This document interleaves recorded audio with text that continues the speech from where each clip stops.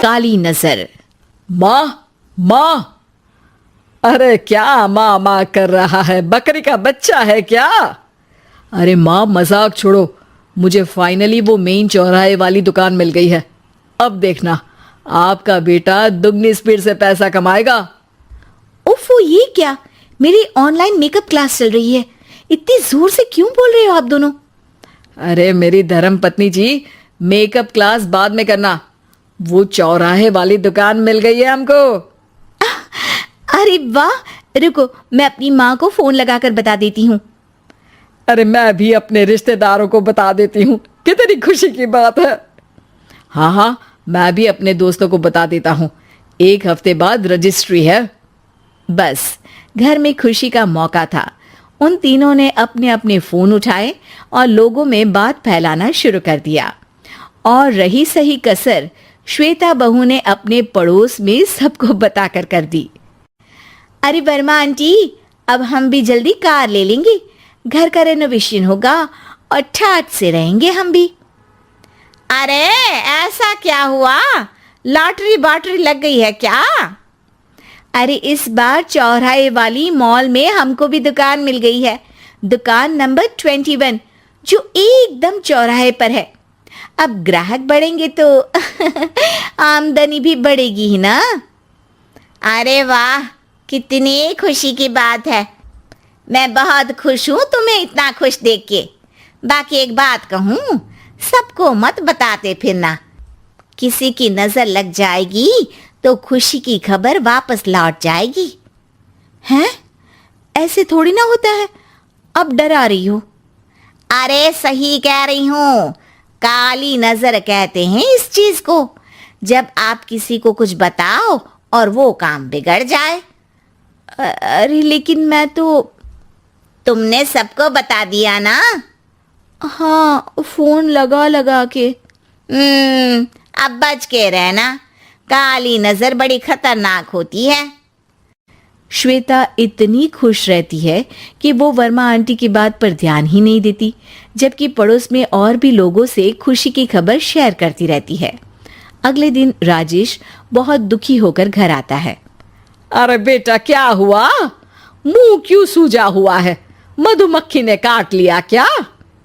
माँ, वो दुकान किसी और के पास चली गई, किसी ने ज्यादा भाव लगा दिया। अरे पर बात तो आपसे हुई थी ना उस दुकान वाले की? हाँ, आज मैं टोकन अमाउंट देने गया था, तब मुझे पता चला कोई आकर सुबह मुझसे पहले ही ज्यादा अमाउंट दे गया। काली नजर। क्या क्या कहा? वर्मा आंटी ने समझाया था कि किसी को बताना मत, वरना काली नजर लग जाएगी। अच्छा, तुम्हें उनकी बात मान लेनी चाहिए थी। उनकी बात मान लेती, लेकिन उसके पहले ही सबको बता चुके थे ना हम तीनों। अरे अगली बार से ध्यान रखेंगे, कोई भी नई चीज होगी तो किसी को नहीं बताएंगे। तीनों कुछ दिन ऐसे ही रहते हैं, पर एक दिन श्वेता को एक मेल आता है। राजेश, मेरा ऑनलाइन मेकअप कोर्स कंप्लीट हो गया, अब मैं खुद का पार्लर खोल सकती हूँ। अरे वाह, अपने मोहल्ले में ही खोलते हैं? ये जो घर के सामने दुकान है ना, वहीं? हाँ, यहाँ सस्ती भी मिल जाएगी। अगले दिन श्वेता वर्मा आंटी के पास जाती है मिठाई का डब्बा लेकर। अरे आओ आओ, कैसे आना हुआ? जोर से नहीं बोलूंगी, वो सामने वाली दुकान है ना, वहां मैं अपनी पार्लर की दुकान खोलने वाली हूँ, उसकी मिठाई है। अरे वाह, बहुत बधाई हो तुमको। हाँ, मैं कमाने लगूंगी तो राजेश पर पूरे घर का बोझ नहीं रहेगा ना आंटी जी। ये तो है, पर ये बता कि तूने ये बात किसी और को तो नहीं बताई ना? अरे नहीं नहीं, पिछली बार गलती कर दी थी, काली नजर लगी किसी की और राजेश के हाथ से वो दुकान चली गई थी। सबको मत बताना। चलो मैं चलती हूँ, कल दुकान की बात करने भी तो जाना है।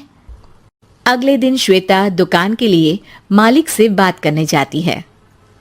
अरे लेकिन दुकान तो हम कल रात को ही किसी को दे चुके हैं। कल ही? हाँ कल ही। 2 दिन बाद कोई यहाँ पार्लर भी खोल लेगा, अब कहीं और दुकान देख लीजिए। अरे पर हमको भी तो पार्लर ही खोलना था। भाई ये एक ही दुकान है, आधी आधी तो नहीं दे सकता ना मैं। राजेश और श्वेता घर पर हताश होकर आ जाते हैं। इस बार तो किसी को बताया भी नहीं था, अब किसकी काली नजर लग सकती है। सुनो, तुमने माँ को बताया था क्या? अरे कैसी बात कर रही हो, माँ की नजर थोड़ी ना लगेगी। पक्का तुमने किसी को नहीं बताया था ना? सिर्फ वर्मा आंटी को बताया था, उन्होंने ही मुझे किसी को नहीं बताने को कहा। अरे यार तुम भी सही हो, मेरी माँ को नहीं बताने को कह रही हो, पर वर्मा आंटी को बताना तुम्हें जरूरी लगा।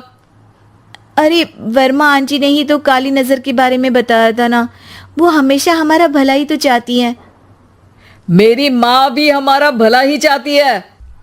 अरे पर चिल्ला क्यों रहे हो, बात नहीं कर सकते क्या आराम से? नहीं आता वो आराम से बात करना, और करना भी नहीं चाहता हूं मैं। दुकान जाने का दुख गुस्से में बदल गया था और राजेश और श्वेता में बात बंद हो गई थी। 2 दिन बाद मोहल्ले में पार्लर का इनॉग्रेशन हुआ, जिसमें मोहल्ले के सभी लोगों को बुलाया गया, पर श्वेता, राजेश और माँ नहीं जाते। माँ अंदर आ जाओ, क्या देख रही हो? अरे नया पार्लर देख रही हूं अपने आंगन से। देखो, माँ को दूसरे का सुख देखने में कितना मजा आ रहा है, मेरा दुख नहीं दिख रहा इन्हें। यह मेरा पार्लर भी तो हो सकता था।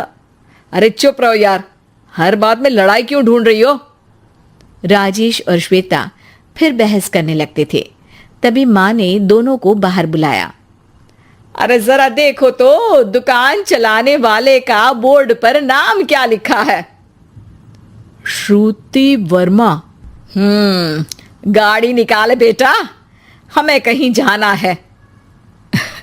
काली नजर का इलाज कराने? राजेश अपनी बाइक निकालता है। तीनों ट्रिपलिंग कर रहे हैं। माँ राजेश को उस मॉल वाली दुकान पर लेकर जाती है जहां राजेश अपनी दुकान खोलने वाला था। यही दुकान लेना चाहता था ना तू?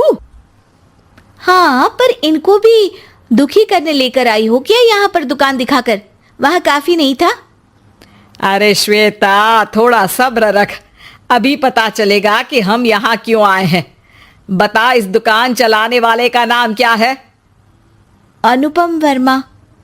कुछ समझ में आया? वो दुकान वाली श्रुति वर्मा, ये दुकान वाला अनुपम वर्मा, और हमारे पड़ोस में हमने उस दुकानों के बारे में बताया किसको था? अब वर्मा आंटी को। मतलब वर्मा आंटी ही हमारा काम बिगाड़ रही है? नहीं नहीं, ऐसा नहीं हो सकता, ये बस इत्तेफाक है। राजेश अपना फोन निकालता है और श्रुति वर्मा और अनुपम वर्मा के नाम फेसबुक पर सर्च करता है, जहां ये दोनों ही वर्मा आंटी के रिश्तेदार होते हैं। श्वेता को समझ में आ जाता है कि वर्मा आंटी की ही नजर काली नजर है। अब क्या करना है? कोई भी खुशी की खबर हो तो काली नजर से बचना है, यानी वर्मा आंटी से बचना है। अरे पर मुझे ये समझ में नहीं आया कि वो हमारे साथ ऐसा क्यों करेंगी। अरे बेटा, एक सीख है, दूर के आदमी को आपकी तरक्की से कम परेशानी होगी, पड़ोसी को ज्यादा। दोनों माँ की बात में हामी भरते हैं और अगला काम चुपचाप करने की कसम खाते हैं, ताकि आगे से वर्मा आंटी कोई काम ना बिगाड़ सके।